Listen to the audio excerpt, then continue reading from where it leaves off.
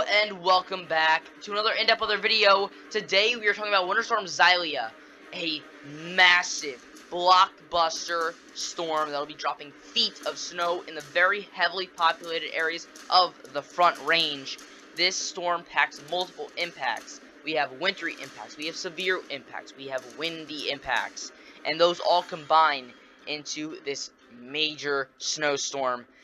So this will be a decently long video since this is such a complex storm, and this is a cross-country snowstorm, so this video will be broken up into two separate parts. This is the western part video, and this is the most major part of this storm, but the eastern part will be coming pretty soon. But if you like this video, make sure to like, comment, subscribe, and hit the bell. Now let's get right on into it. So we have a article here from the Weather Channel. Winter Storm Xylia, a potentially historic blizzard in the Rockies and High Plains, hits this weekend. Now, at a glance, we have a massive winter storm will strike the Rockies and High Plains this weekend. Parts of Wyoming, Colorado, and Nebraska could pick up multiple feet of snow, and this storm could cripple travel, down trees, and trigger power outages. This is very important. With this amount of snow, wind, as well as just the amount of snow that will be falling in a very short amount of time, especially with the amount of snow. Usually we have this amount of snow, 2+ feet possibly, over multiple days. Now that is true, but we have a much shorter time frame than we would usually see. Now here's the setup for the storm, and this is a very classic spring snowstorm setup. We have a lot of moisture coming from the Gulf of Mexico. The Gulf of Mexico is starting to get a lot more active. That collides with some cold air coming off the Rockies. Now, in this case, it's more into the Rockies. That's why we have the Front Range getting impacted instead of the Northern Plains being the primary impact. But that moisture comes up, collides with this cold air, and we get a lot of heavy snow at once over one specific area usually. These are very thin areas of that heavy snowfall. Now, here are the current alerts. I expect this to increase drastically over the next 24 hours. A lot more winter storm warnings are coming. Right now, we have a couple winter storm warnings, a few winter weather advisories. Currently on the radar, not much. The low pressure really hasn't started to form yet. It'll start to form when it gets out into the plains and start to move to the north. Here is a snow and wind gust timing. I'm not going to be going into this because the models pretty much handle this. But if you want to pause the video and take a look, go ahead. Here is the Weather Channel's forecast for Saturday. You can see primarily the heavy snow threat will be in Colorado and Wyoming. And we have a lot of rain on the eastern side of the system, as well as a severe threat on the southern side. And we have a lot of snow coming. The Weather Channel is forecasting 18+ inches of snow, including Denver and Cheyenne.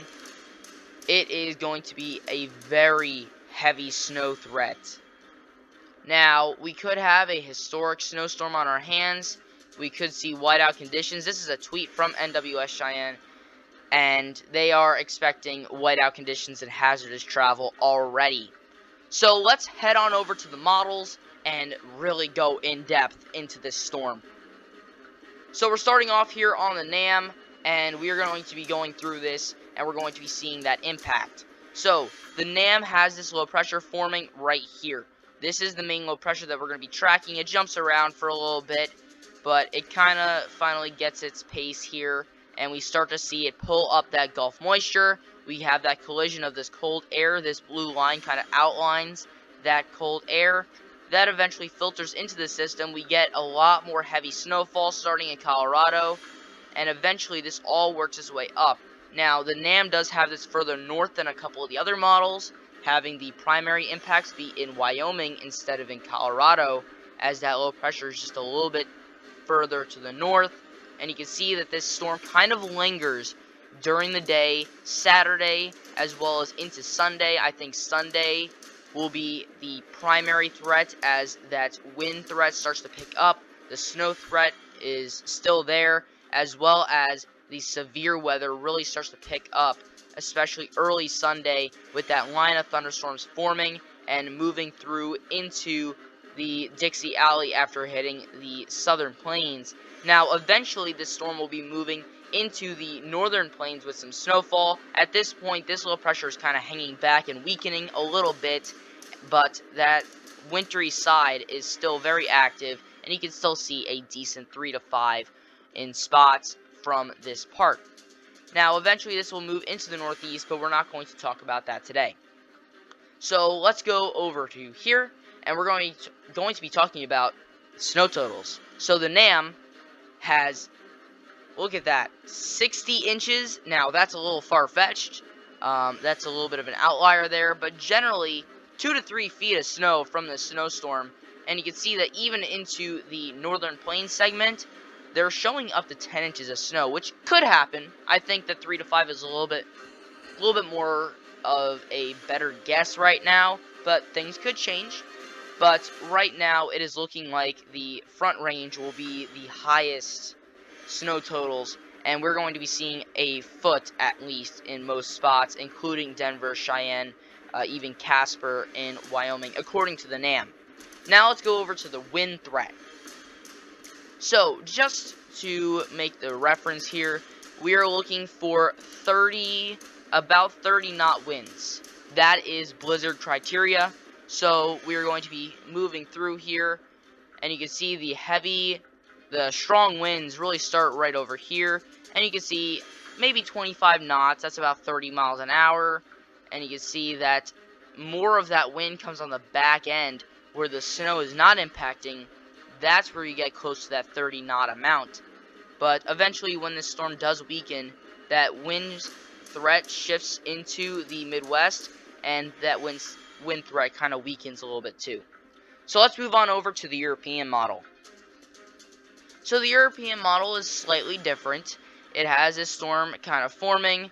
It forms very quickly, get that severe threat already starting in some spots.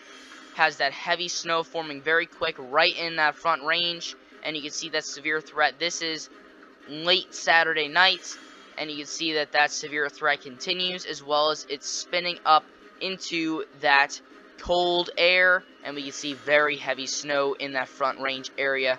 And this 999 millibar low pressure continues to strengthen.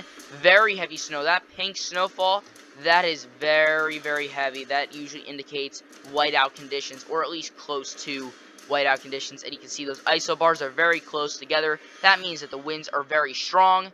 And you can see this line of thunderstorms here as well. Very complex system we have on our hands. Now, this all starts to move toward the east. The European model does not have as much cold air in the northern plains, and it has that snowy threat a little bit further to the north, as well as it combining with another system that moved into the northwest, and those combine here to bring a larger area of lighter snow. But eventually, the European model has this moving into the northeast. Now, previous model runs have had a significant snow threat for the northeast, and both the European and the GFS are kind of working out the kinks on that. But let's move on to snow totals. So, the European model has very heavy snow totals. It has about 3 feet of snow in the Cheyenne area, Denver, at least a foot, maybe even 2 feet.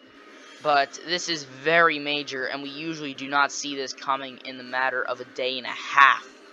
So let's take a look at the wind threat for the European model. So the European model does have a little bit more wind.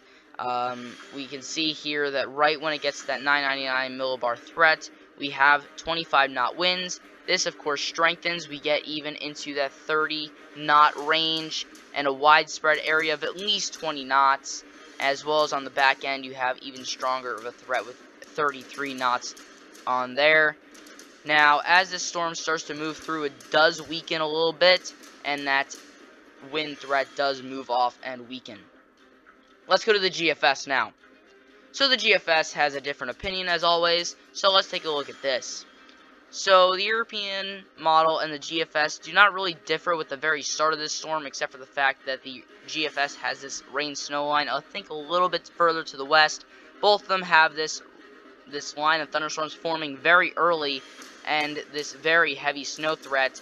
Now, the GFS has this snow threat becoming very major. This is definitely whiteout conditions. This pink-white color, that is a super heavy snow. We rarely see that on a global model scale. This is showing that we could potentially have maybe even thunder snow with this. Just, it's that strong.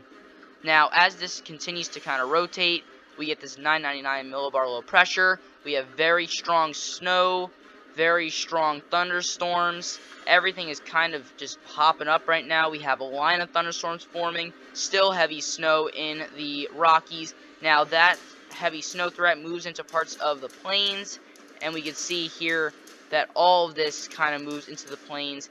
Now, not as much of a snow threat, but maybe some freezing rain and some sleet in the Midwest and the Great Lakes. Now, the GFS does have a more significant snow threat in the Northeast from this system as it moves out. So, let's take a look at snow totals for the GFS.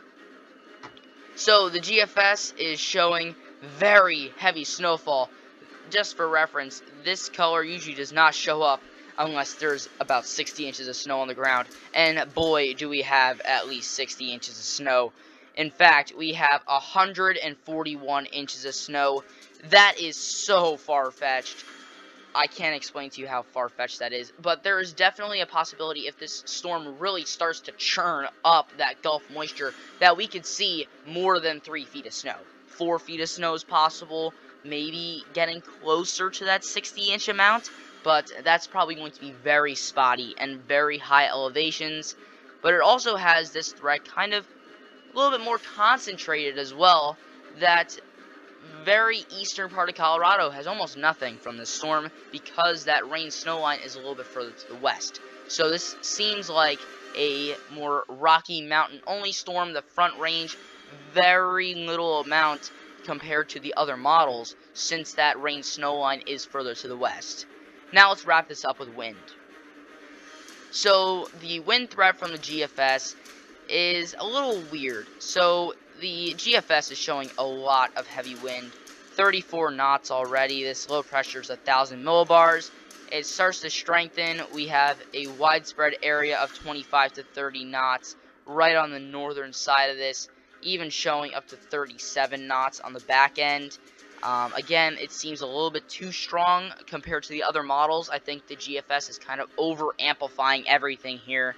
And again, as this storm moves off to the east, that threat weakens and moves into the Great Lakes region. But that is all I have. I know this is a very long video, but there's so much to cover with this storm. It is so complex, and it seems to be a potential blockbuster. Now, comment in the comment section down below. Who do you think is going to get the highest snow total from this storm, and what do you think that snow total is going to be? Do you think the GFS is right on the dot with the amount of snow? Do you think we could see over 60 inches of snow, or do you think it'll be a little bit more reasonable in that 2 to 3 foot range? Comment in the comment section down below. But thank you guys for watching. If you liked the video, make sure to like, comment, subscribe, and hit the bell. But that's all I have for today. Thank you guys for watching. I'll see you guys next time.